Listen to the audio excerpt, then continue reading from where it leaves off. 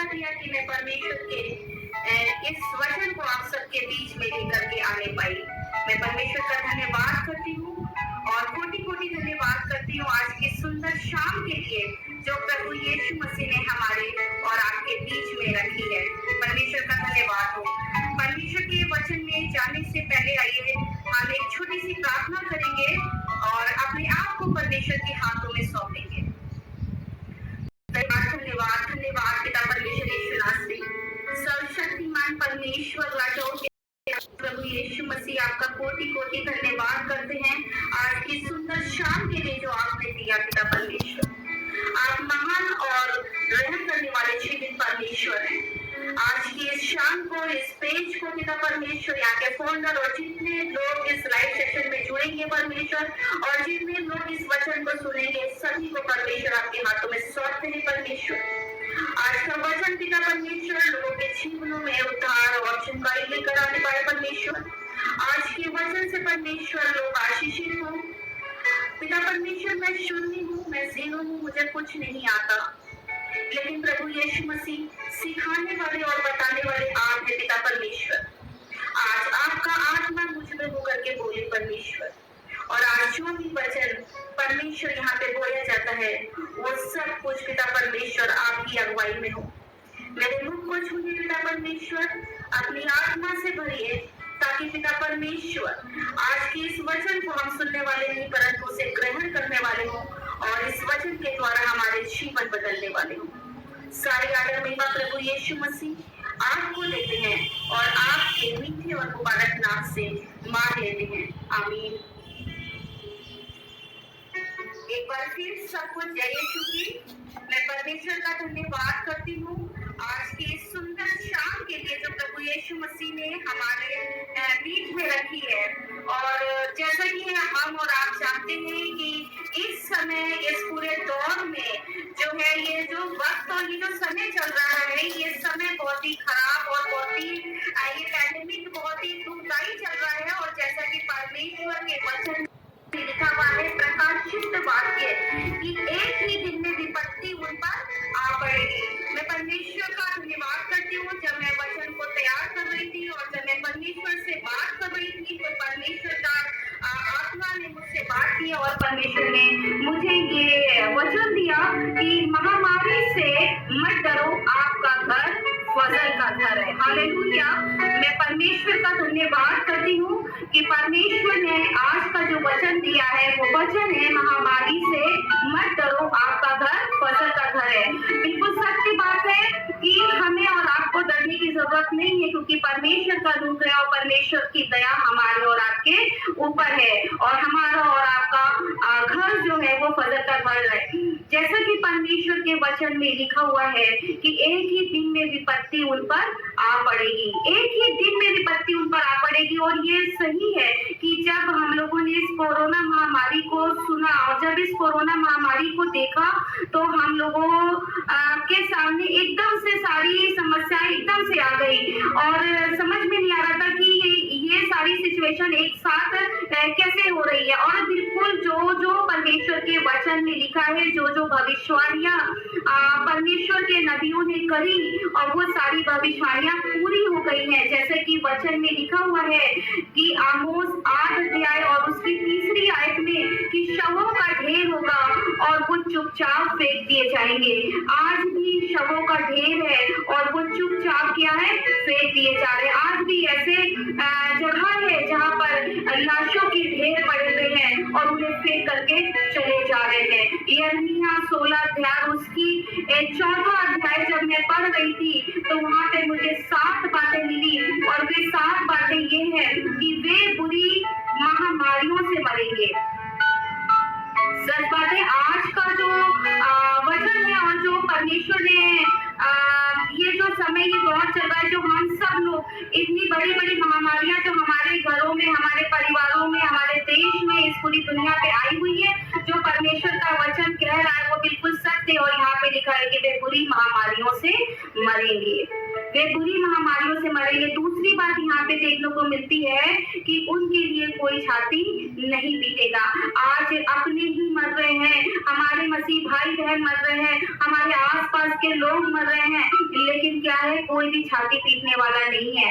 यहाँ तक कि लाशों को दिया भी नहीं जा रहा है और उनको दिखाया भी नहीं जा रहा है और उनके लिए कोई रो भी नहीं रहा है। दूर से, मतलब उनके पास जा नहीं पा रहे हैं, हम दूर से ही बेबस होकर के देख रहे हैं, जैसा कि परमेश्वर का वचन कह रहा है। तीसरी बात उसमें लिखी थी, ना उनको मिट्टी देंगे। आज हम और आप अपने अजीजों को दूर से ही देख रहे हैं, लेकिन मिट्टी देने के लिए कोई नहीं जा रहा है, कोई वहां तक पहुंच ही नहीं पा रहा है कि हम उनको वहां पे जाकर के मिट्टी दे। और पांचवी बात यहाँ पे लिखी हुई है कि जिस घर में रोना पीटना हो उस घर में ना जाना, ना छाती पीटने के लिए, ना शोक करने के लिए। बिल्कुल मनाही है, जिस घर में रोना पीटना हो उस घर में ना जाना। यदि अगर हमारे पड़ोस में ही कहीं पर अगर मिट्टी हो रही है तो हम उसके घर भी नहीं जा रहे हैं, हम लोग इतने डरे हुए हैं। और अगर हम लोग जाना भी चाहते हैं तो वो लोग मना कर रहे हैं कि मेहरबानी से आप लोग यहाँ मत आइएगा, हम लोग पॉजिटिव है, प्लीज आप लोग यहाँ पर मत आइए, कहीं ऐसा ना हो कि आप भी पॉजिटिव हो जाए। एक प्रकार का डर और एक प्रकार की दहशत लोगों के दिलों में बैठी हुई है। ये जो परमेश्वर का पाक कलाम है, जो परमेश्वर का ये वचन है, ये एकदम सत्य वचन है जो अब सच हो रहा है। यहाँ पे लिखा है कि जिस घर में रोना पीटना हो उस घर ना जाना। आज जाना तो दूर है, हम अपने घर से बाहर झांक के भी नहीं देख रहे हैं, इतना डर है लोगों के दिलों में। ना छाती पीटने के लिए, ना शोक करने के लिए, परमेश्वर के वचन में लिखा है, ना छाती पीटने के लिए जाना, ना शोक करने के लिए जाना। तो उनके घरों में नहीं जा रहे हैं। और यहाँ पे उसके आगे लिखा है कि देश में छोटे बड़े सब मरेंगे, देश में छोटे बड़े सब मरेंगे, क्या अमीर हो, क्या गरीब हो, क्या बीच का व्यक्ति हो, सब मरेगा। आज यहाँ पे जो महामारी आई है वो किसी अमीर को देख करके नहीं आ रही, किसी गरीब को देख करके नहीं आ रही है, किसी बड़े आदमी को देख करके नहीं आ रही है। जो महामारी आ रही है वो हर एक के लोगों के बीच में आ रही है, चाहे वो किसी भी कैटेगरी का हो, किसी भी जाति का हो। पर ये महामारी ना कोई जाति देख रही है, ये महामारी ना कोई कैटेगरी देख रही है, ये सब पर आकर के गिर पड़ी है। यहाँ पे लिखा है कि देश के छोटे बड़े सब मरेंगे, ना हर्ष और आनंद शब्द सुनाई देगा।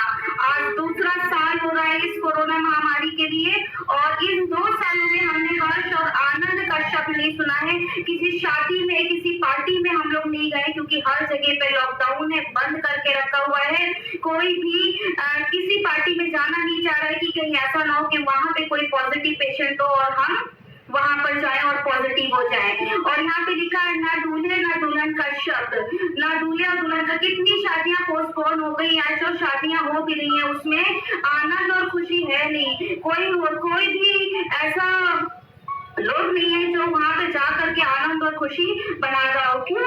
क्योंकि एक तरफ खुशी है और एक तरफ गम है। एक तरफ तो हम यहाँ पर खुशियां बना रहे हैं और दूसरे घर में माता में हम खुद नहीं सोच पा रहे हैं कि हमारे साथ हो क्या रहा है, ये किस सिचुएशन से हम और आप सब लोग गुजर रहे हैं, किस सिचुएशन से हम और आप गुजर रहे हैं। लेकिन यहाँ पे लिखा हुआ है कि एक जन जो है वो क्या करेगा, शोक करेगा और वो जो है उसके घर में रोना पीटना होगा। आज हर एक तीसरे घर में रोना पीटना है।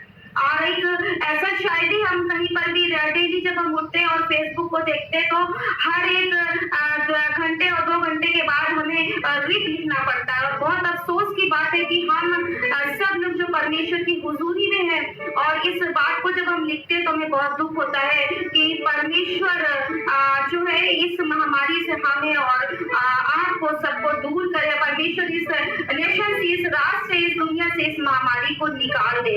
और एक जगह पे लिखा हुआ है यशाया 2 अध्याय उसकी 11वीं आयत में, यहाँ पे लिखा है आदमियों की घमंड भरी आंखें नीची की जाएगी। इस महामारी ने हर एक लोगों की आंखें जो है उसको नीची कर दी है। कैसे? क्योंकि आज जो है सोर्स नहीं चल रहा है। जगह जगह पर जो लोग वेंटिलेटर पे पड़े हुए हैं, जो लोग बीमार है, जिनको ऑक्सीजन प्रोवाइड नहीं हो पा रही है और वो सोर्स लगा रहे हैं लेकिन उनका सोर्स भी काम नहीं आ रहा है। आज जो लोग घमंड करते थे आज उनकी घमंड भरी हुई आंखें नीची हो गई है। इस बीमारी ने क्या करा है, उस घमंड को क्या करा है, नीचे कर दिया है। लेकिन हम और आप परमेश्वर का धन्यवाद करते हैं कि परमेश्वर ने हमें सर बनाया है, पूंछ नहीं। और हम सब मिलकर के परमेश्वर से प्रार्थना करेंगे कि परमेश्वर हमारे बीच से इस महामारी को निकाल निकाल दे। परमेश्वर हमारे बीच से इस महामारी को निकाल दे, क्योंकि परमेश्वर का वचन कहता है कि यदि परमेश्वर हमारी ओर है तो हमारा विरोधी कौन हो सकता है। यदि परमेश्वर हमारी ओर है तो हमारा विरोधी कौन हो सकता है। परमेश्वर हमारे और आपके साथ है, हमारा और आपका विरोधी कोई हो ही नहीं सकता है। और हम सब जब मिल करके परमेश्वर से प्रार्थना करेंगे और जब परमेश्वर से बोलेंगे तो परमेश्वर हमारी प्रार्थनाओं का उत्तर हाँ और आमीन में जरूर देगा, और वो हमारे प्रार्थनाओं का उत्तर हाँ और आमीन में देता है। परमेश्वर के वचन में लिखा हुआ है कि जो परम प्रधान के छाए हुए स्थान में बैठा है वो सर्वशक्तिमान की छाया में ठिकाना पाएगा। हम और आप सब परमेश्वर की छाया में बैठे हुए हैं। आज हमारे कितने भाई बहन कोविड में ड्यूटी कर रहे हैं, कितने भाई बहन कोविड में जा करके वहां से सुरक्षित वापस आ रहे हैं। क्यों? क्योंकि वो सब परम प्रधान के छाए हुए ठिकाने में बैठे हैं और परमेश्वर ने उन्हें अपने पवित्र लहू में छुपा करके रखा हुआ है। परमेश्वर का वचन कहता है कि मैं यहोवा के विषय कहूंगा, वो मेरा शरण स्थान और गढ़ है, वो मेरा परमेश्वर है और मैं उस पर भरोसा रखूंगा और वो तुझे पहले के जाल से और महामारी से बचाएगा। हालेलुया। परमेश्वर का आत्मा हमें और आपको इस महामारी से बचाएगा। आज हमारे ही भाई बहन कोविड में जाकर के ड्यूटी कर रहे हैं और सही सलामत लेकर के बच करके आ रहे हैं। निगेटिव रिजल्ट उनका आ रहा है। क्यों? क्योंकि वे परमेश्वर के अनुग्रह में हैं, वे परमेश्वर की छत्र छाया में हैं। परमेश्वर का वचन कहता है कि वो हमें अपने पंखों की आड़ में ले लेगा। हम और आप सब परमेश्वर की पंखों की आड़ में हैं और जैसा कि उसने हमसे और आपसे वायदा किया है कि वो अपने दूतों को तेरे निमित्त आज्ञा देगा कि तू जहाँ कहीं भी जाए वो तेरी रक्षा करे। हम जहाँ कहीं भी जाएंगे प्रभु यीशु मसीह हमारी और आपकी रक्षा करेगा। आज हम अब चलते हैं एक जगह पर जहाँ पे एक बीमार व्यक्ति है, 38 साल से रोगी जो बीमार है, और इस यहाँ पर लिखा हुआ है कि इन बातों के पश्चात यहूदियों का एक पर्व हुआ और यीशु यरूशलेम को गया।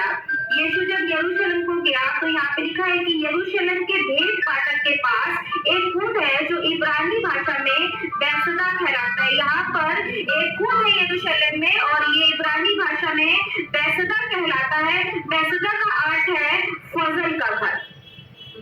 बैसदा का अर्थ है फजल का घर और इसके 5 ओसारे हैं, यानी कि इसके 5 आंगन हैं, यानी कि एक जो बीच में कुंड है उस कुंड में जो है 5 आंगन है। उस कुंड में जाने के लिए 5 रास्ते हैं और उसमें बहुत से बीमार, अंधे, लंगड़े और सूखे अंग वाले पानी के मिलने की आशा में पड़े रहते हैं। यहाँ पर एक बैसदा जो है जगह है और यहाँ पर क्या है कि इस जगह पर बहुत से बीमार जो है यहाँ पे पड़े रहते हैं और जो बीमार है उस पानी की मिलने की आशा में यहाँ पर लेटे हुए हैं। ये सारे बीमार यहाँ पे जो है पानी के मिलने की आशा में लेटे हुए हैं और यहाँ पे लिखा है क्योंकि नियुक्त समय पर परमेश्वर के स्वर्गदूत कुंड में उतर कर पानी को हिलाया करते थे। एक नियुक्त समय था जब परमेश्वर के स्वर्गदूत वहां पर आते थे और उस पानी को हिलाते थे, और जब उस पानी को हिलाते थे तो जो कोई उस पानी में पहले उतर जाता था वो क्या होता था? चंगा हो जाता था। उसकी कोई भी बीमारी हो वो बीमारी ठीक हो जाती थी। और ये यहाँ पर एक व्यक्ति है जो 38 साल से यहाँ पर ये व्यक्ति एक ही दशा में, एक ही सिचुएशन में लेटा हुआ है, एक ही जगह पर। इसके पास कोई संगी नहीं है, कोई रिश्तेदार नहीं है कि इसको आ करके वो जा करके उसको उस पानी में उतारे। जब जगह के में जो है 5 आंगन है और 5 रास्ते जो है उस पानी की तरफ जाते हैं और एक आंगन में ये भी लेटा हुआ है और यहाँ पर ऐसा लिखा हुआ है कि ये जो ये मनुष्य है जो 38 साल से बीमारी में पड़ा था, 38 साल से बीमारी में पड़ा है और ये उठ नहीं पा रहा है, हिल नहीं पा रहा है और उस जगह को जा नहीं पा रहेगा। और यहाँ पे लिखा है कि उसे पड़ा हुआ देख कर और ये जान कर कि वो बहुत दिनों से इस दशा में पड़ा है, उसने पूछा क्या तू चंगा होना चाहता है? आज सेम सिचुएशन हमारे और आपके बीच में है। सेम सिचुएशन है यहाँ पर कि हमारे अपने लोग भी आज वेंटिलेटर पे पड़े हुए हैं, अस्पतालों में हैं, अकेले हैं और उनके पास कोई भी नहीं है। जैसे इस व्यक्ति के पास कोई नहीं है, ये भी अकेले है, इसके पास कोई नहीं है,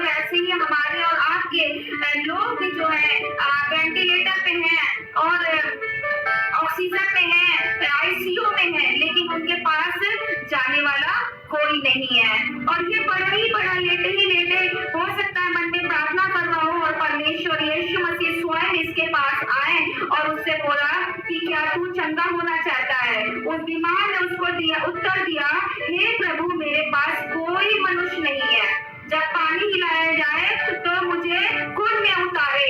मेरे पास कोई भी मनुष्य नहीं है कि जब इस पानी को हिलाया जाए तो मुझे कुंड में उतारे।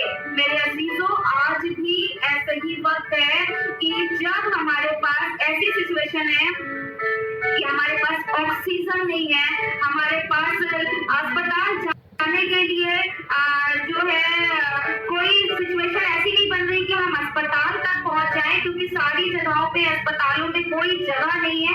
आज भी मेरे पास एक कॉल आई थी और अस्पताल के लिए पूछ रहे थे कि क्या वहां पर जगह है कि हम अपने मरीज को भर्ती करा दें। आज अस्पतालों में भी जगह नहीं है कि हम अपने लोगों को वहां पे ले जा करके भर्ती करा दें जो बीमार है। और यहाँ पर तो इस व्यक्ति के पास स्वयं प्रभु यीशु मसीह आए और स्वयं प्रभु यीशु मसीह ने आकर के इससे पूछा, क्या तू चंगा होना चाहता है? मेरे सॉरी, नेटवर्क का थोड़ा सा प्रॉब्लम था।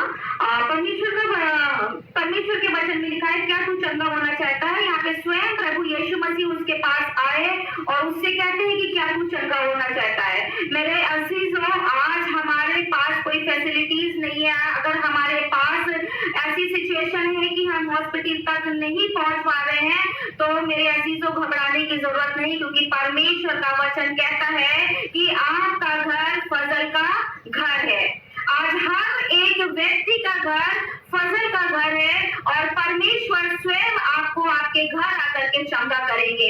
जब इस व्यक्ति के पास इसकी प्रार्थना के द्वारा परमेश्वर इसके पास आकर के इससे पूछते हैं कि क्या तू चंगा होना चाहता है, तो परमेश्वर हमसे और आपसे भी इस बात को कह रहे हैं कि क्या तू चंगा होना चाहता है। लेकिन यहाँ पे लिखा हुआ है कि यहाँ पे 5 आंगन थे, 5 आंगन, यानी कि 5 ओसारे और 5 आंगन। और इस 5 आंगन में जो है परमेश्वर के जो लोग यहाँ पे लेटे हुए हैं, जो उस एक आस में लेटे हुए हैं कि इस पानी को जब हिलाया जाएगा तो ये चंगे होंगे। मेरे प्रिय अजीजों, मेरे प्रिय भाई और बहनों, हमारे और आपके पास भी 5 आंगन है, यानी कि 5 रास्ते हैं चंगाई के। हम और आप भी उन 5 रास्तों के द्वारा अपने जीवन में चंगाई को लेकर के आ सकते हैं। इन 5 रास्तों के द्वारा हमारे और आपके जीवन में चंगाई आ सकती है, हमारे अजीजों के जीवन में चंगाई आ सकती है। और ये 5 रास्ते हैं। पहला रास्ता प्रार्थना के द्वारा, और हमारे और आपके लिए भी जो है चंगाई के लिए भी 5 रास्ते परमेश्वर ने दे रखे हैं। यहाँ 5 बातें, 5 रास्ते, जैसे कि यहाँ पर इस बैसुदा के घर में जो है 5 रास्ते थे, और ये 5 रास्ते जो है 5 आंगन जिनके द्वारा जो है ये वहां पे पहुंच करके क्या कहते हैं, वहां पर पहुंच करके चंगाई को प्राप्त करते थे जब पानी हिलता था। हमारे और आपके लिए भी परमेश्वर ने 5 रास्ते रखे। पहला रास्ता जो कि चंगाई के लिए पहला रास्ता है, जो कि प्रार्थना के द्वारा हमारे और आपके जीवन में चंगाई आ सकती है। और परमेश्वर के वचन में लिखा हुआ है मत्ती 21 अध्याय उसकी 22वीं आयत में कि जो कुछ तुम प्रार्थना में विश्वास से मांगोगे तुमको मिल जाएगा। हम जो कुछ भी प्रार्थना से विश्वास में मांगेंगे वो हमको मिल जाएगा। आपने सुना है कि कलाम में कई बार पढ़ा होगा राजा हिजकिय्याह के बारे में कि परमेश्वर ने जब राजा हिजकिय्याह बीमार हो गया, और जब राजा हिजकिय्याह बीमार हुआ तो परमेश्वर ने यशायाह नबी को दर्शन दिया और यशायाह नबी से कहा कि तू जाकर के उस राजा से बात कर। क्यों कहा? क्योंकि ये हिजकिय्याह नबी जो था जब बीमार हो गया और इसे पता चला कि मैं अब मरने पर हूँ, तो वो दीवार की तरफ गया और उसने फूट फूट करके रोया, उसने प्रार्थना करी और फूट फूट करके रोया और प्रार्थना करी, और परमेश्वर ने उसके आंसुओं को देखा और उसकी प्रार्थना को सुना और सुन करके उसे उसकी प्रार्थना का उत्तर दिया। उससे डायरेक्ट बात नहीं करी, लेकिन यशायाह नबी के द्वारा उससे कहा कि तुम जा करके उससे बोलो कि मैंने तेरी प्रार्थना को और तेरे आंसुओं को देखा है, तेरी प्रार्थना को सुना है, और तू जो है चंगा किया जाएगा और तेरा जो जीवन है वो जीवन बच परमेश्वर ने उसकी प्रार्थनाओं को सुना। हमारे और आपके लिए एक द्वार है, इन 5 द्वारों में हमारे लिए और आपके लिए एक द्वार है प्रार्थना। प्रार्थना के द्वारा हमारे और आपके जीवन में चंगाई आ सकती है। प्रार्थना के द्वारा हमारा और आपका जीवन प्रार्थना के द्वारा हमारे आपके जीवन में चंगाई आ सकती है और हमारे और आपके लोग जो बीमार हैं वे चंगे हो सकते हैं, क्योंकि प्रार्थना में एक ऐसी सामर्थ है और परमेश्वर के वचन में भी लिखा है कि धर्मी जन की प्रार्थना कभी वापस नहीं आती है, वो हमें हमारी प्रार्थना को उत्तर लेकर के आती है। परमेश्वर धर्मी जन की प्रार्थना को उत्तर हाँ और आमीन में देते हैं।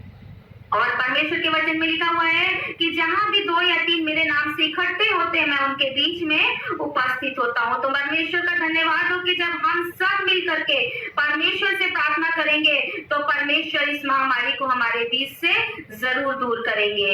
और दूसरी बात हम देखते हैं स्तुति के द्वारा।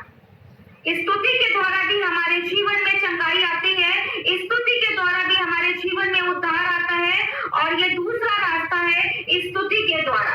दाऊद भी जो था वो भजन गाया करता था और वीणा बजा करके परमेश्वर की स्तुति क्या करता था, और जब वो वीणा बजाता था तो दुष्ट आत्माएं निकल करके भाग जाया करती थी। अगर हम परमेश्वर की स्तुति में गीत गाते हैं तो ये महामारी, ये बीमारी क्यों नहीं जाएगी। स्तुति के द्वारा भी हमारे जीवन में उद्धार और चंगाई आ सकती है।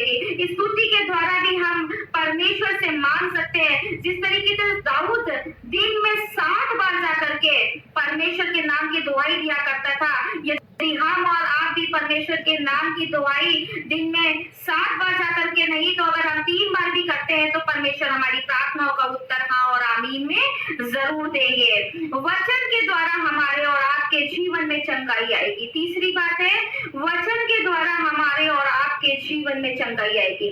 परमेश्वर हमारे और आपके जीवन में वचन के द्वारा भी चंगाई देंगे, क्योंकि वचन जो है वो जीवन है, वचन ही ज्योति है। और परमेश्वर ने जैसा कि वचन में लिखा है कि आदि में वचन था, वचन ही परमेश्वर था और वचन ने देह धारण किया और आत्मा से परिपूर्ण होकर के हमारे बीच में डेरा किया। और आज हमारे और आपके बीच में क्या है, परमेश्वर है। और यही वचन जिसने देह धारण किया था वो था प्रभु यीशु मसीह, जो आत्मा से परिपूर्ण करके हमारे और आपके बीच में डेरा किया। और जब वो जिंदा आसमान पे गया तो हमारे और आपके लिए वचन को छोड़ गया। यदि ये वचन हमारे और आपके पास है तो इसका मतलब है कि हमारे और आपके पास प्रभु यीशु मसीह है। और जिसके पास प्रभु यीशु मसीह है उसके पास कोई भी बीमारी, दुख और तकलीफ नहीं है। उसके पास सिर्फ और सिर्फ आनंद है। उसके पास दुख और तकलीफ आ ही नहीं सकती है। ये परमेश्वर का आत्मा आपसे बात कर रहा है। वचन को हम ज्यादा से ज्यादा ग्रहण करें, वचन का ज्यादा से ज्यादा मनन करें और वचन को अपने जीवन में जो है अपनी हृदय की पट्टिकाओं पे लिख ले। क्योंकि जब प्रभु यीशु मसीह आत्मा से भरा हुआ उस जंगल में जा रहा था तो शैतान वहां पे पहुंचा और उसने बोला कि तू इन पत्थरों से कह दे कि रोटी बन जाए। तो परमेश्वर ने उससे कहा कि मनुष्य केवल रोटी से नहीं परंतु परमेश्वर के वचनों से जीवित रहेगा। यदि हमारे जीवन में परमेश्वर का वचन रहेगा तो हमारे जीवन में जिंदगी रहेगी, हमारे जीवन में आशीष रहेगी, हमारे जीवन में चंगाई रहेगी। चौथी बात यहाँ पे लिखा है कि संगति के द्वारा हमारे जीवन में चंगाई और उद्धार आ सकता है। हम कैसी संगति में हैं, हम किस प्रकार की संगति कर रहे हैं। यदि हमारी संगति धार्मिक है, लोगों के साथ है, यदि हमारी संगति धार्मिक परिवारों के साथ है, हम धार्मिक लोगों के साथ ज्यादा से ज्यादा उठ और बैठ रहे हैं, तो जाहिर सी बात है कि जब हम धार्मिक लोगों के साथ ज्यादा से ज्यादा रहेंगे तो हमारे पास से निगेटिव एनर्जी यूं ही चली जाएगी। और जब हमारे पास से निगेटिव एनर्जी जाएगी तो पॉजिटिव एनर्जी हमारे अंदर आने लगेगी। और जब पॉजिटिव एनर्जी आएगी तो हमारे जीवन में अपने आप ही चंगाई और छुटकारा आने लगेगा। संगति का हमारे जीवन में बहुत बड़ा असर पड़ता है। इसलिए हमें ज्यादा से ज्यादा संगति अपने मसीह भाई बहनों में और अपने धार्मिकता में जो है अपनी संगति को रखना है, ताकि हमारे जीवन में निगेटिव एनर्जी ना हो करके पॉजिटिव एनर्जी ज्यादा से ज्यादा हमारे जीवन में हो। और उसके बाद जो है प्रभु यीशु मसीह को ग्रहण के द्वारा यदि हम स्वयं प्रभु यीशु मसीह को ग्रहण कर लेते हैं तो हमारे जीवन में उद्धार और चंगाई आ जाती है। प्रभु यीशु मसीह को ग्रहण करके हमारे जीवन में उद्धार आता है, क्योंकि प्रभु यीशु मसीह ने कहा है कि सत्य, मार्ग और जीवन मैं ही हूँ। यदि आप जीवन पाना चाहते हैं तो प्रभु यीशु मसीह को ग्रहण कर लीजिए। यदि आप जीवन में जो है आशीषों को पाना चाहते हैं तो आप प्रभु यीशु मसीह को ग्रहण कर लीजिए। यदि आप जीवन में तरक्की पाना चाहते हैं तो आप प्रभु यीशु मसीह को ग्रहण कर लीजिए। ये जो 5 बातें हैं, ये 5 बातें प्रार्थना के द्वारा, स्तुति के द्वारा, वचन के द्वारा, संगति के द्वारा और स्वयं प्रभु यीशु मसीह को ग्रहण करने के द्वारा हमारे और आपके जीवन में चंगाई आ सकती है। हमारा और आपका घर फजल का घर है। आप मत डरिए कि हमारे पास हॉस्पिटल नहीं है, आप मत डरिए हमारे पास ऑक्सीजन नहीं है, आप मत डरिए हमारे पास मेडिसिन नहीं है। हमारा प्रभु यीशु मसीह हमारे पास है, हमारा प्रभु यीशु मसीह हमारे और आपके पास है। और क्योंकि जैसा कि ये कह रहा है यहाँ पर इस बीमार व्यक्ति से कि क्या तू चंगा होना चाहता है, मेरे अजीजों, परमेश्वर का आत्मा भी आज आपसे इस बात को कह रहा है कि हाँ, क्या तू चंगा होना चाहता है। आज आप लोग जहाँ जहाँ पर भी हैं, यदि कोई बीमार भी इस लाइव सेशन को देख रहा है, यदि कोई बीमार भी इस सेशन को सुन रहा है, तो मेरे अजीजों आप परेशान मत होइए। परमेश्वर आपको चंगाई देगा, परमेश्वर आपको चंगाई देने पर है, क्योंकि परमेश्वर आज आपसे कह रहा है कि क्या तू चंगा होना चाहता है, क्या तू चंगा होना चाहता है। परमेश्वर आज आपको चंगा करना चाहते हैं, परमेश्वर आज आपको चंगा करना चाहते हैं। परमेश्वर का आत्मा आपसे बात कर रहा है और परमेश्वर कह रहा है कि यहाँ पे लिखा हुआ है कि इस व्यक्ति ने कहा कि हे प्रभु, मेरे पास कोई मनुष्य नहीं कि जब पानी हिलाया जाए तो मुझे कुंड में उतारे। हमें किसी की जरूरत नहीं है। यदि प्रभु यीशु मसीह हमारे पास है तो हमें किसी की जरूरत नहीं है। और वो कह रहा है, तो प्रभु यीशु मसीह ने उससे कहा, उठ, अपनी खाट उठा और चल फिर। आज परमेश्वर का आत्मा आपसे कह रहा है, उठ, अपनी खाट उठा और चल फिर। परमेश्वर आज आपको चंगाई देने जा रहे हैं। परमेश्वर आपके जीवन से आज इस बीमारी को लेने जा रहे हैं। यदि आप पलंग पर हैं, यदि आप वेंटिलेटर पे हैं, यदि आप ऑक्सीजन पर हैं, परमेश्वर आपको चंगाई देने जा रहा है। मेरे प्रिय भाई और बहनों, महामारी से मत डरो। आपका घर फजल का घर है, आपका घर फजल का घर है। मेरे प्रिय भाई और बहनों, आपका घर फजल का घर है। आज हमें और आपको सिर्फ और सिर्फ ये 5 काम करने हैं। प्रार्थना के द्वारा, स्तुति के द्वारा, वचन को ग्रहण करने के द्वारा, संगति के द्वारा और प्रभु यीशु मसीह को ग्रहण करने के द्वारा हम अपनी इस बीमारी पर विजय प्राप्त कर सकते हैं, इस कोरोना महामारी पर विजय प्राप्त कर सकते हैं। और इसके बाद जो है परमेश्वर ने उस व्यक्ति से कहा कि उठ, खड़ा हो और अपनी खाट को उठा। और वो क्या हुआ, तुरंत चंगा हो गया और अपनी खाट को उठा करके चलने और फिरने लगा। अपनी खाट को उठा करके वो चलने और फिरने लगा। परमेश्वर आज आपसे भी यही बात कह रहा है कि उठ, अपनी खाट को उठा और चल फिर। परमेश्वर पे विश्वास रखिए, क्योंकि परमेश्वर के वचन में लिखा हुआ है कि विश्वास आशा की भी वस्तुओं का निश्चय और अनदेखी चीजों का प्रमाण है। हम परमेश्वर पर विश्वास कैसे करेंगे? हमने तो परमेश्वर को देखा ही नहीं है, लेकिन परमेश्वर का वचन कहता है कि धन्य है वे जिन्होंने बिना देखे मुझ पर विश्वास किया। वो जीवित परमेश्वर है जो हमारे बीच चलता है, फिरता है, उठता है और बैठता है और हमारी प्रार्थना को उत्तर और आमीन में देता है।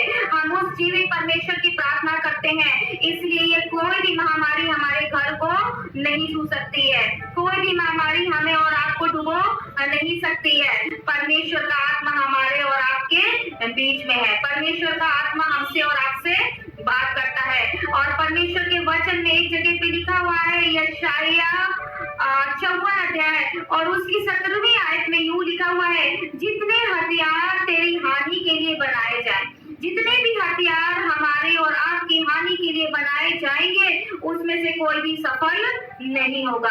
यदि हम परमेश्वर में बने रहते हैं, यदि हम परमेश्वर में होकर के चलते हैं, तो कोई भी हथियार हमारे लिए जो भी बना होगा वो हम पर सफल नहीं होगा। और जितने लोग मुद्दई होकर तुझ पर नालिश करे, उन सबों से तू जीत जाएगा। यदि कोई मनुष्य भी आपके लिए कोई भी योजना करता है, तो वो भी क्या होगी, वो योजना विफल हो जाएगी और उन सबों से तू जीत जाएगा। यहोवा के दासों का यही भाग होगा। यदि आप परमेश्वर की हुजूरी में चल रहे हैं, यदि आप परमेश्वर के बातों पे चल रहे हैं, यदि आप परमेश्वर के नियमों पे चल रहे हैं और उसके वचनों पे चल रहे हैं, उसकी बातों को, उसकी आज्ञाओं को मान रहे हैं, तो परमेश्वर का वचन कहता है कि यहोवा के दासों का यही भाग होगा।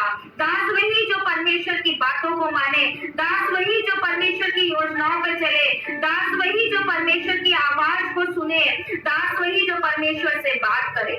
और यदि हम और आप परमेश्वर से बात करते, उसकी आवाज को सुनते हैं, तो परमेश्वर के हम दास हैं। और यहाँ पे लिखा है कि वे मेरे ही कारण धर्मी ठहरेंगे, और यहोवा की ये वाणी है।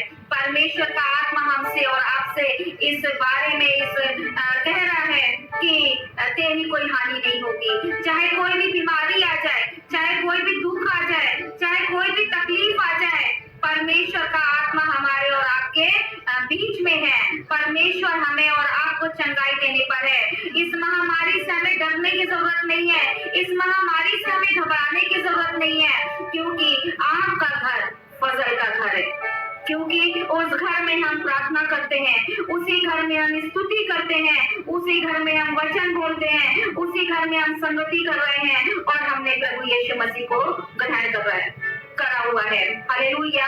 आज आपका घर फजल का घर है।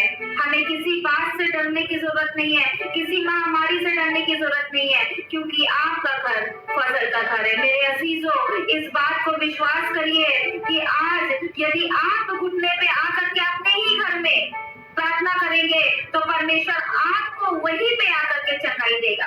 राजा हिजकिय्याह किसी अस्पताल, किसी वैद्य, किसी चिकित्सालय में नहीं गया था। वो एक कमरे में खड़े होकर के, अपने महल के एक कमरे में कोने में जाकर के दीवार की तरफ मुंह करके और रो करके प्रार्थना कर रहा था।